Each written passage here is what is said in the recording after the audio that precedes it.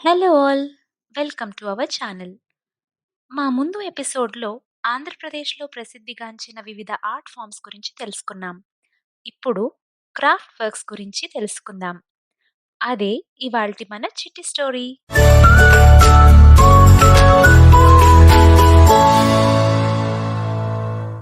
ముందుగా కొండపల్లి క్రాఫ్ట్స్ గురించి తెలుసుకుందాం. చిన్న మరియు పెద్ద భేదం లేకుండా ఇద్దరి ప్రశంసలు అందుకున్న కొండపల్లి బొమ్మ కృష్ణా జిల్లాలోని కొండపల్లిలో జన్మించిన ఒక హస్తకళ. ఈ బొమ్మలు పర్యావరణ అనుకూలమైనవి మరియు ఇతర బొమ్మల నుండి భిన్నమైనవిగా ప్రసిద్ధి చెందాయి. తెల్లపోనికి అని పిలువబడే సాఫ్ట్‌వుడ్‌తో తయారు చేయబడిన కొండపల్లి బొమ్మలలో సాడస్ట్, చింతపండు విత్తనాల పొడి, ఎనామిల్ గమ్స్ మరియు వాటర్ కలర్స్‌ను ఉపయోగిస్తారు.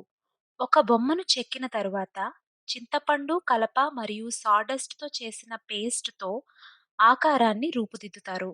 మొత్తం ప్రక్రియ తర్వాత బొమ్మపై సుద్ద పూయబడుతుంది. దానిని 1 లేదా 2 రోజులు ఆరనివ్వాలి. తరువాత కళాకారులు బొమ్మలను వివిధ రంగులలో దాని స్వభావాన్ని సూచించేలా పెయింట్ చేస్తారు.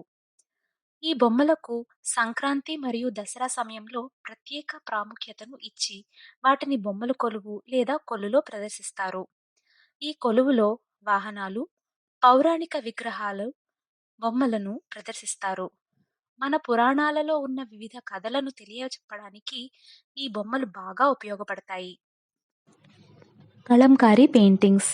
ఈ దేశంలో మీరు చూడగలిగే అనేక రకాల చిత్రాలలో ఇది ఒకటి. ఈ పెయింటింగ్ను అరుదుగా మరియు విశిష్టమైనదిగా ప్రసిద్ధి పొందటానికి కారణం ఈ పెయింటింగ్లను రూపొందించటంలో ఉపయోగించే పదార్థాలు. ఈ పెయింటింగ్లో ఉపయోగించిన బ్రష్ ఒక క్విల్. రంగులు కూరగాయల నుండి తయారవుతాయి. ఈ పెయింటింగ్లో కామన్గా ఉపయోగించే చిహ్నాలు మచిలీపట్నంలో ప్రింటెడ్ వుడ్ బాక్స్ రూపంలో పొందవచ్చు. ఈ పెయింటింగ్ 10వ శతాబ్దంలో ఇండియా మరియు పెర్షియా మధ్య వృద్ధి చెందుతున్న ట్రేడ్ వల్ల ప్రారంభమైంది. ఈ పెయింటింగ్ పెర్షియన్ వ్యాపారులచే బోధించబడింది మరియు ఇది 12 దశల ద్వారా చేయబడుతుంది. ఇది పూర్తి కావటానికి చాలా సమయం మరియు సహనం అవసరం పడుతుంది.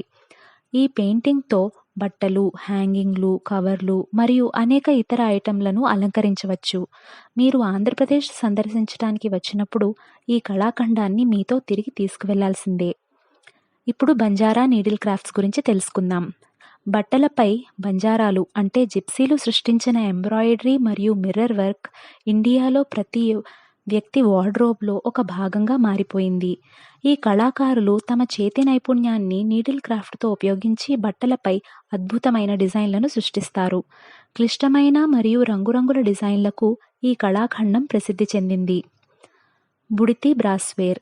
శ్రీకాకుళం జిల్లాలో ఆశ్చర్యకరమైన ఇత్తడి పాత్రలకు ప్రసిద్ధి చెందిన ఒక చిన్ని గ్రామమే బుడితి. మిశ్రమాల నుండి తయారు చేయబడిన ఇక్కడి వస్తువులు ట్రెడిషనల్ నుండి మోడర్న్ వాటి వరకు ఉంటాయి. సాంప్రదాయ పాత్రలు మరియు కాంటెంపరరీ కుండలను రూపొందించటంలో ఈ కళ ప్రత్యేకమైనది. వస్తువులను తయారు చేయటానికి సాధారణంగా ఇత్తడిని ఉపయోగిస్తారు. ఈ వస్తువులు రేఖాగణిత నమూనాలు మరియు పూల డిజైన్లతో అలంకరించబడతాయి. Durgi stone craft. దుర్గి మాచర్ల నుండి 10 కిలోమీటర్ల దూరంలో ఉన్న ఒక చిన్ని పట్టణం. ఇక్కడ ఉన్న school of sculpture and stone కార్వింగ్లో ఇప్పటికీ శిల్పాలను తయారు చేసే సాంప్రదాయ నైపుణ్యం సాధన మరియు బోధనలో ఉంది. ఈ కళాఖండాలను సృష్టించటానికి ఆమోదించబడ్డ పురాతన పద్ధతులు ఒక తరం నుండి ఇంకొక తరానికి అందించడానికి కళాకారులు ఎప్పుడూ కృషి చేస్తూనే ఉంటారు. వీణా తయారీ. భారతదేశంలోని పురాతన సంగీత వాయిద్యాలలో వీణ ఒకటి. ఈ వాయిద్యం లేకుండా కర్ణాటక సంగీతం యొక్క ఏ కూర్పు కూడా పూర్తి కాదు. బొబ్బిలి పట్టణం వీణ తయారీకి ఎంతో ప్రశంసించబడింది. ఇక్కడ తయారు చేసిన వాయిద్యాలు వాటి పూర్తి స్వరాల కోసం ప్రసిద్ధి చెందాయి. అంతేకాక అవి విభిన్న డిజైన్లు మరియు నమూనాలలో అందుబాటులో ఉంటాయి. ఇప్పుడు బ్రాంజ్ కాస్టింగ్స్ గురించి తెలుసుకుందాం. ఆంధ్రప్రదేశ్ కాంస్య కాస్టింగ్ కోసం ప్రపంచవ్యాప్తంగా ప్రసిద్ధి చెందింది. ఈ కాస్టింగ్తో అద్భుతమైన విగ్రహాలు సృష్టించడానికి ప్రత్యేకమైన స్కిల్స్ అవసరం. హస్తకళాకారులు శిల్పశాస్త్ర వివరాలను బాగా అధ్యయనం చేయాల్సి ఉంటుంది. విగ్రహాలు అందంగా రూపొందాలంటే వాటి భౌతిక కొలతలు, నిష్పత్తులు, దేవతా వర్ణన మరియు లక్షణాలను పరిగణలోకి తీసుకుని తయారు చేయాల్సి ఉంటుంది. చిహ్నాల సాలిడ్ కాస్టింగ్ని చేస్తున్నప్పుడు అచ్చును వివిధ మైనపు పూతలతో పూర్తయిన మైనపు నమూనాలో అంటే వ్యాక్స్ మోడల్లో తయారు చేస్తారు. ఈ ప్రక్రియ చిత్రానికి చక్కటి కర్వ్స్ని అందిస్తుంది. లాక్వర్వేర్. ఏటికొప్పాక అనే ఊరు అద్భుతమైన లక్క వస్తువులకు ప్రసిద్ధి చెందింది. ఈ క్రాఫ్ట్లో చెక్కపై లక్కను ఉపయోగిస్తారు. లాక్వెరింగ్ చేతితో లేదా మిషన్ ద్వారా చేయవచ్చు. సున్నితమైన వస్తువులను తయారు చేయటానికి హ్యాండ్ లాత్ను ఉపయోగిస్తారు. వస్తువులు బాగా ఎండిన తరువాత లక్కను అప్లై చేస్తారు. ఈ ప్రక్రియలో లక్క కర్రను చెక్కతో చేసిన వస్తువులపై గట్టిగా నొక్కుతారు. వస్తువు తిరుగుతూనే ఉండటం వల్ల ఆ రాపిడి వేడిని ఉత్పత్తి చేస్తుంది. ఈ లక్కను మృదువుగా చేసి రంగును సులభంగా అంటుకునేలా చేస్తుంది. లక్క బొమ్మలు మరియు వస్తువులపై డిజైన్లు బ్రష్ సహాయంతో పెయింట్ చేస్తారు. లక్క బ్యాంగిల్ అత్యంత ప్రజాదరణ పొందిన లాక్వర్వేర్. ఇది రాళ్ళు, పూసలు, గాజు మరియు అద్దాలతో అలంకరించబడుతుంది. ఈ క్రాఫ్ట్ వర్క్స్లో చాలామంది నిపుణులు ఉన్నారు.